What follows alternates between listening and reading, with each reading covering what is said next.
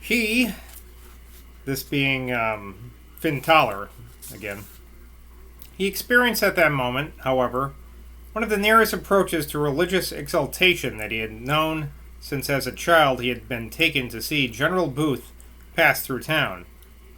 To be alone with Mad Bet on the top of Glastonbury Tor was something to remember. Burglaries and iron bars were trifles in comparison. But to be alone with a holy woman, as he mentally named his companion, was not destined to be without its penalties. It was with some perturbation that he saw her now bending down over their solitary candle flame. "What be doing, Mad Bet?" he inquired nervously, using the epithet mad much as Tossie would have used the word ladyship in addressing Rachel. The woman was melting one of her other candle ends at the lighted candle. Having reduced the wax thereof to the desired softness, she rapidly proceeded to mold it into the rough likeness of a human figure. "Thick be her," she now remarked, holding up this distorted inch of wax. Then, hurriedly rising, she muttered some devilish incantation, quite inaudible to the dumbfounded Codfin, and proceeded to stamp open the image she had made, grinding the wax into a shapeless mass of candle grease and mud and sawdust under her heavy heel. As she trod, she began muttering again, but this time her words were audible to the astonished waif from the Beckery slum. "Durn't ye was, and dirt ye shall be," screamed the mad woman ferociously. "I've a done for ye now, ye bitch. Dirt ye be now, I tell ye. Dirt ye be, as ye were afore he picked ye up. Dirt! Dirt! Dirt!" And the grinding heel finished its savage job so completely that there was soon nothing left of that fragment of obliterated wax. Then, with several long-drawn, panting breaths, Mad Bet resumed her seat. "Can you keep a secret, man?" she shouted at the agitated Mr. Toller, whose watery eyes were now staring anxiously at the tower door. It was in Codfin's mind that her familiar spirit, whom he had heard invoked as Archangel, might at any second take a palpable shape. This was the only moment in the long eventful night when Mr. Toller experienced a real shock of agitation, save for his first sight of the woman at the window.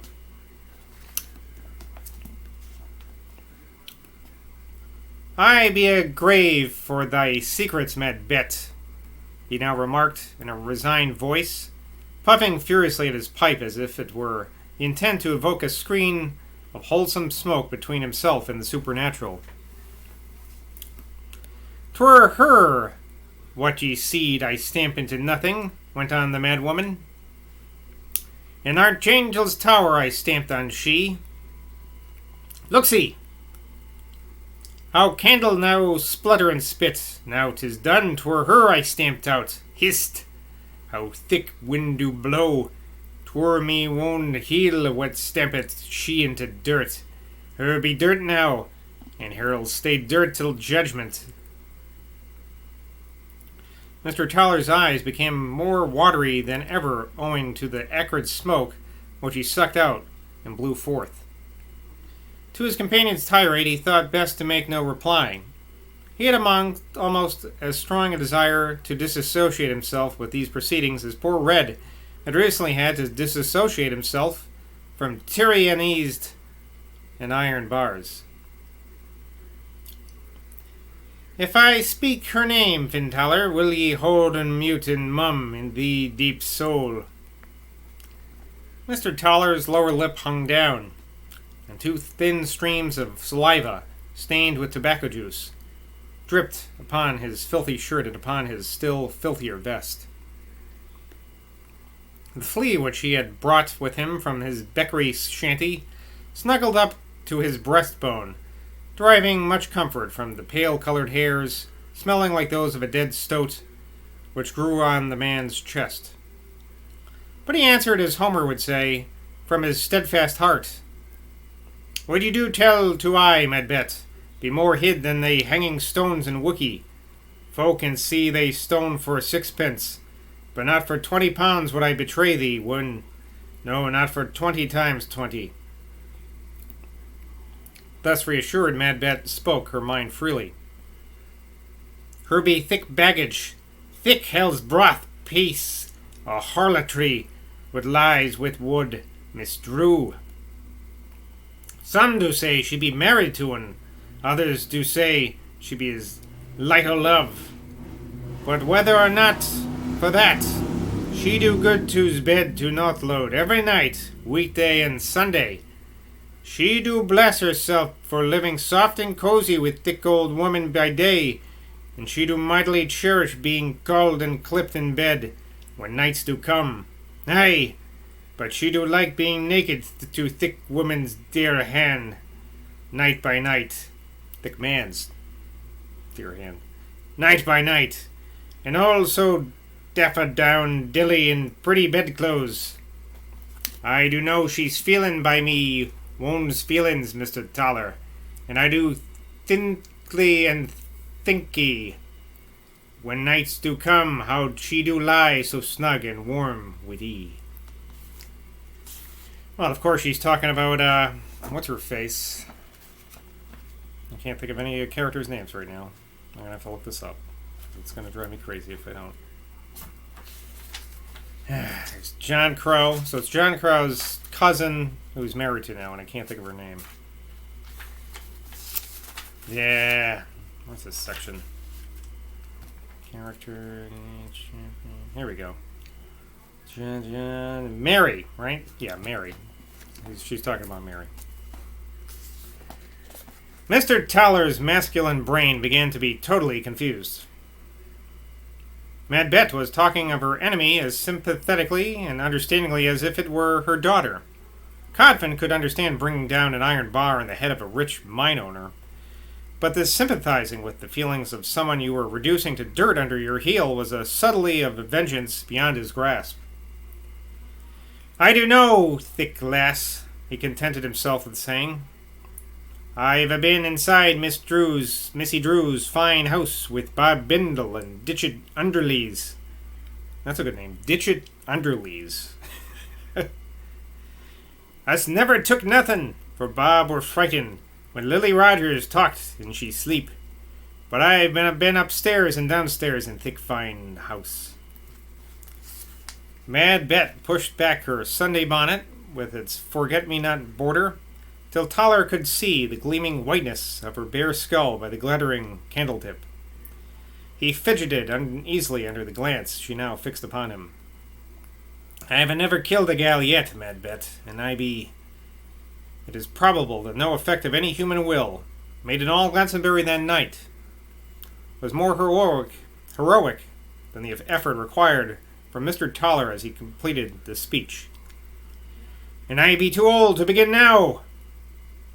Having made his stand, Mr. Toller must have felt an overpowering desire to soothe what he supposed would be the madwoman's fury. He had known from the beginning that her present obsession was about Mary. See, I was right. For since Mother Leg's Easter party, Bet's mania for John was one of the chief tavern's topics. If Finn Toller had in his nervous organization anything resembling what in popular parlance is called a complex, such a complex consisted in the idea, almost, though not quite, a complete illusion, that people were continually wanting to bribe him to commit some murder. I can relate to that. Was Mr. Tollers a homicidal maniac? Any glib answer to this question would be a misleading one. Human character is far more complicated than it's suggested by these popular scientific catchwords. Exact and very circumstantial detail would be required just here. Mr. Toller would, as a matter of fact, have found it much harder than Penny Pitches or than Emily Sly to kill a chicken. Cruelly to a child would have been more difficult to Mr. Toller than to anyone in Glastonbury, except perhaps Harry Stickles' wife, or Abel Twig, or Blackware Hut. Abel Twig of Blackware Hut. On the other hand, to hide on the bushes with that iron bar, to steal up softly behind Mr. Crow, to crack with one sweeping horizontal swing, of his undernourished arms Philip's Norman skull, to beat that unconscious skull into a pulp by hammering it afterwards with the iron bar. These proceedings would undoubtedly have been accompanied by a voluptuous glow of intense sensuality. Perhaps the strictly correct view of Mr. Toller's nature was that he was a homicidal maniac, only with regard to the killing of the most powerful personage in his immediate environment. But it is doubtful whether the definitions of tyrannicide, given to the Public Library Dictionary, included the element of voluptuous sensuality in the killing of tyrants. To catch the vibration of this element, Mr. Toller would have had to have looked up other, more modern words which, it is quite certain, would have been to him totally unintelligible. 6 o'clock, Sally do open up, remarked Betsy now, pulling down her bonnet into a respectable position. I reckon it'll be near 5, Mr. Toller. Us better be moving. She rose to her feet as she spoke and extinguished the guttering candle, leaving them with no light at all but that which descended from the wind-shaken, cloud-bespattered firmament. This extinguishing of that little yellow pyramid of fire took on a grandiose significance from the austere and deliberate manner in which she did it. It was just as if she were washing her sorceress's hands in that small flame, washing them clean of all further association with such a chicken-hearted tyrannicide as Finn Toller. Thus, when they emerged from St. Michael's Tower and began to descend the Tor, without having spoken one single definite word, Mad Bet allowed Finn Toller to feel himself to be a cowardly, effeminate, unreliable, untrustworthy traitor. It was a melancholy proof of how remorseless a tyrant Eros is that Mad Bet should have descended Tor Hill without one grateful word to her devoted servant. The invisible watchers of that Glastonbury Divine Comedy must have recognized something curiously unfair in the fact that while the madwoman had this devouring passion for John, Finn Toller had no blinding, drugging, hard-hardening obsession wherewith to armor himself against misfortune. His pale, freckled face and straggly beard drooped together under those windy stars, and his arms and legs moved like those of an automaton as he wearily followed that forget-me-not bonnet and fluttering shawl. Just got water on my shirt. Little cup was a little more full than I thought. That's okay. It's hot out. Feels good. It wasn't that much. Anyway, he resembled a scarecrow that this crazy love-bewitched creature had compelled by her incantations to follow her up that hill. He did not pity himself. He did not say to himself, "Women's ingratitude is like the ingratitude of the arch-fiend."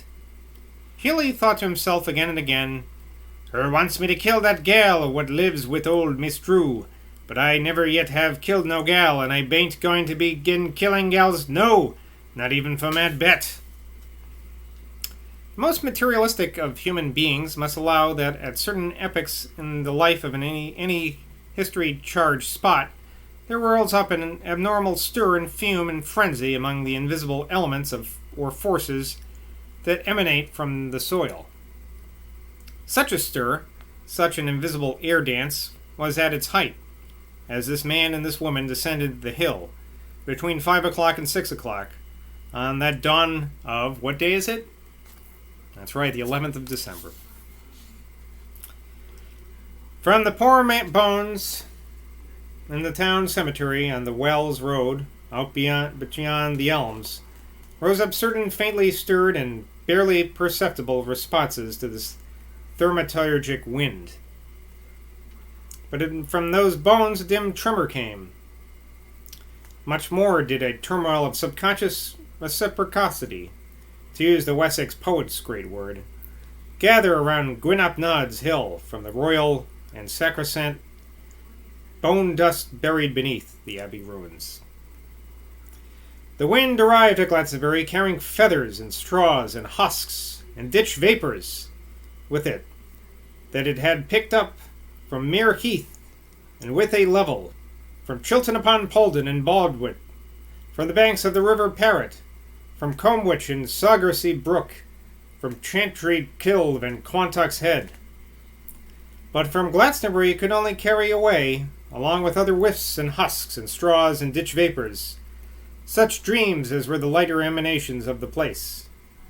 It could carry away the dreams of Jimmy Rake and Mr. Stilley, of Bartholomew Jones and Jackie Cole, of Mr. Merry and of Emma Sly, of Solly Lou, and of his son Steve, but not of the town's mayor or of the town's vicar. Well, that's Glastonbury for tonight. I'll see you on the other side, I hope. Cheers.